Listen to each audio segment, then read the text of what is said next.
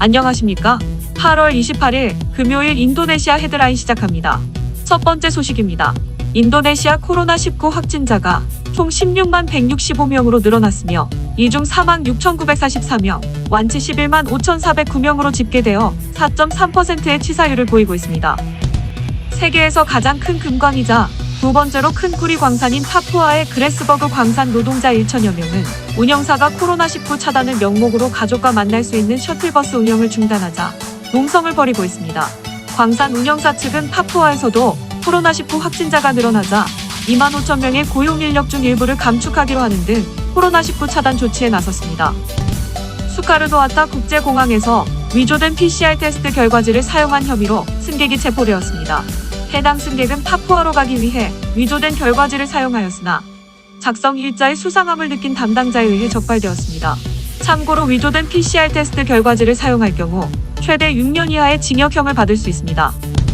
자카르타 주정부는 자카르타 내에 영화관 영업을 허가할 것으로 알려졌습니다. 영화관이 영업을 재개하기 위해서는 12에서 60세의 고객 연령 제한, 관람 중 마스크 착용 의무, 좌석 간 거리 두기, 전체 좌석수의 50%만 판매 등의 방역 절차를 따라야 합니다. 또한 영화관 직원들도 마스크 착용 및 안면보호구 착용 등 철저한 방역 절차를 지켜야 한다고 전했습니다. LG전자 찌비뚱 생산법인은 현지인 직원 238명이 코로나19 양성 판정을 받아 22일부터 사업장을 일시 폐쇄하였다고 밝혔습니다. LG전자는 지난주 현지인 직원 1명이 코로나19 확진 판정을 받은 뒤 사망하자 전체 직원 600명을 대상으로 코로나19 검사를 진행하여 3분의 1이 양성 판정을 받은 것으로 알려졌습니다. LG전자는 한국인 직원 중 확진자는 없다고 밝혔으며 9일간 사업장을 폐쇄한 후 음성 판정을 받은 직원들을 다시 출근시킬 계획이라고 전했습니다. 다음 소식입니다. 지난 25일 KB국민은행은 부코핀은행 지분 67%를 취득하여 2년여 만에 최대 주주 지위를 확보하였습니다. 지분 인수는 2018년 7월 22%를 취득하였고 이후 2020년 7월 주주 배정 유상증자 참여로 11.9%를 취득하였으며 이번에 제3자 배정 유상증자를 통한 33.1%를 취득하여 총 67%의 지분을 취득하게 됐으며 투자금은 전체 약 4천억 원 수준입니다. 이에 따라 인도네시아에 진출해 있는 KB금융 계열사인 KB손해보험, KB국민카드, KB캐피탈과 함께 인도네시아 종합금융그룹으로 성장할 수 있는 기틀을 마련한 것으로 풀이됩니다. 이번에 인수된 부코핀은행은 1970년에 설립돼 50년의 역사를 가진 은행으로 412개의 지점과 835개의 ATM 등 인도네시아 전국을 아우르는 광범위한 네트워크를 보유한 중형은행입니다. 국민은행은 인수 이후 체계적인 리스크 관리 노하우 및 선진화된 디지털 역량 등을 접목해 부코핀은행을 발전시켜 나갈 계획입니다. 국민은행의 한 관계자는 KB의 전사적인 지원을 통해 부코핀은행을 인도네시아 금융시장을 선도하는 인도네시아 탑10의 리테일은행으로 발전시킬 계획이라며 현재 이미 진출한 KB금융그룹 계열사들과 협력하여 인도네시아 고객들에게 더 나은 종합금융 서비스를 제공할 수 있도록 최선을 다하겠다고 전했습니다. 다음 소식입니다. K-뷰티 공급 플랫폼인 스타일코리안 인도네시아가 설립 3년 만에 매출 100억 원에 도달할 것으로 예측되고 있습니다. 스타일코리안 인도네시아는 모 회사인 실리콘투와 인도네시안 이시그룹이 조인트 벤처 형태로 설립한 회사로 K-뷰티 제품을 판매 및 마케팅하는 기업입니다. 특히 지난 2년 동안 까다롭다는 인도네시아 식약청 허가를 21개 브랜드 200개 제품 모두 받아 모든 제품을 정식으로 수입하여 통관 절차를 거쳐 판매하고 있습니다. 기존 인도네시아 시장은 식약청 허가를 받지 않은 소위 보따리 장사 형태의 판매가 대부분이며 이러한 비공식적인 판매 형태는 K-뷰티의 지속적인 성장과 확장의 방해 요소로 지적되어 왔습니다. 더욱이 올해 법의 강화로 인해 비허가된 제품의 수입 통관을 엄격히 규제하고 있으며 정식 허가 절차 역시 더 어려워졌습니다. 하지만 스타일코리안 인도네시아는 정식 수입 통관된 제품들로 인해 현재 대형 리테일러들로부터 환영을 받으며 꾸준히 러브콜을 받고 있다며 현재 왓슨스, 이온몰, 메트로 백화점 등에 입점 완료했다고 전했습니다. 스타일코리안 인도네시아 김윤영 대표는 올해 말 매출은 100억 원이 예상되며 내년에는 50개 브랜드 600개 제품과 함께할 예정이라 300억 원의 매출을 예상한다고 전했습니다. 또한 현재 성장세를 유지하여 인도네시아 현지 시장에서 K-뷰티를 유통하는 최고의 플랫폼이 되는 것이 목표라고 밝혔습니다. 다음 소식입니다. 우리나라 모바일 육아 애플리케이션 마미톡이 인도네시아 진출을 추진 중입니다.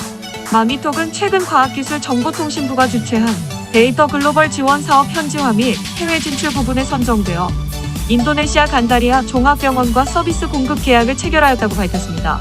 마미톡은 산모들에게 필요로 하는 아기에 관한 주수별 정보와 저렴하게 육아용품 구입이 가능한 폐쇄물 서비스를 제공하는 모바일 앱입니다. 특히 우리나라의 유명 산부인과 병원들과 육아용품 주요 브랜드와 협약 서비스를 제공해 우리나라에서 출시 6개월 만에 급성장하여 관련 분야 1위를 차지하였습니다. 마미톡은 인도네시아를 시작으로 동남아시아 시장 진출을 추진할 계획이라고 전했습니다. 참고로 인도네시아는 연평균 300만 명 이상의 아기가 태어나며 내년에는 코로나로 인해 360만 명의 아기가 태어날 것으로 예측되는 거대한 시장입니다. 다음 소식입니다. 인도네시아와 인공지능은 크게 관련이 없을 것 같이 느껴지지만 사우스 차이나 모닝포스트에 의하면 인도네시아가 차기 AI 스타트업 허브로 발돋움하기 위한 분위기가 무르익고 있으며 정부의 노력과 함께 기업들도 다양한 첨단 디지털 분야에서 활발히 활약하고 있다고 전했습니다. 지난달 말 기준 인도네시아에는 74개 AI 기반 스타트업이 있는 것으로 확인되고 있으며 이들 기업들은 AI로 체납자 적발을 위한 자동차 번호판 식별, 스마트시티 구축, 슈퍼앱, 신용도 식별에 따른 P2P 대출 사업 등을 전개하고 있습니다. 특히 인도네시아 정부는 국가의 발전을 위해 자원 기반 경제에서 지식 기반 경제로의 전환을 목표로 하고 있으며 이를 위해 미국 및 중국과의 교류를 통해 AI 분야 과학기술 협력 협정, 관련 대학의 파트너십, 공동연구소 운영 등 AI 분야의 인적자원 개발을 지원하는 노력을 이끌어왔습니다.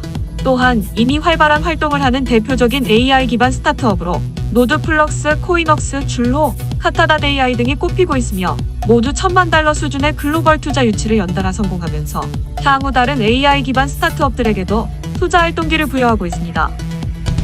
다음 소식입니다. 토요타 인도네시아는 차량 제동 문제로 인해 2019년 8월 생산된 기장 이노바와 포추너 차량 1633대를 리콜하였습니다. 해당 문제는 브레이크 진공 호수에 관련된 것으로 부품의 내구성 부족과 구조 문제로 인해 손상되는 것입니다. 만일 차량을 점검 없이 지속 사용할 경우 해당 부품에 문제가 생길 수 있으며 최악의 경우 제동 시스템이 작동하지 않을 수도 있다고 밝혔습니다. 또한 차량을 정지하기 위해 브레이크 페달에 더 많은 힘을 가해야 하거나 차량이 완전히 정지하기까지 밀리는 현상이 발생할 수도 있습니다. 하지만 동기간에 생산된 모든 차량이 리콜 대상이 아니며 토요타 웹사이트에서 차량 프레임 번호로 리콜 대상임을 확인할 수 있습니다. 또한 부품 교체에는 1시간에서 1시간 30분이 소요되며 리콜 대상자는 비용이 청구되지 않는다고 전했습니다. 해당 부품에 문제가 발견되면 대부분의 경우 계기판에 브레이크 주의 표시 등이 켜지므로 소유자는 항상 차량의 경고등을 확인할 필요가 있습니다. 다음 소식입니다. 클라바가딩에서 발생한 총기 살인 사건에 용의자들이 검거되었습니다. 해당 사건은 지난 13일 낮 12시경 점심 식사를 위해 도보로 자택으로 향하던 피해자를 5발의 총격으로 살해한 사건입니다. 체포된 용의자는 피해자가 운영 중인 회사에 재정 및 회계를 담당하는 직원이었습니다. 해당 직원이 회사 내부적인 문제로 피해자에게 원한을 품고 청부 살해를 의뢰한 것으로 경찰에서는 추측하고 있습니다. 담당 감찰국장은 청부 살해 의뢰를 받은 다른 용의자가 가담자 10명을 추가하여 총 12명이 범행을 저질렀고 청부 살해의 대가로 총 2억 루피아를 제공받았다고 밝혔습니다. 또한 체포된 12명의 용의자를 대상으로 조사 중이며 총기 출처와 범행 동기에 대해 집중적으로 확인할 것이라고 밝혔습니다. 시청해주셔서 감사합니다. 다음 시간에 뵙겠습니다.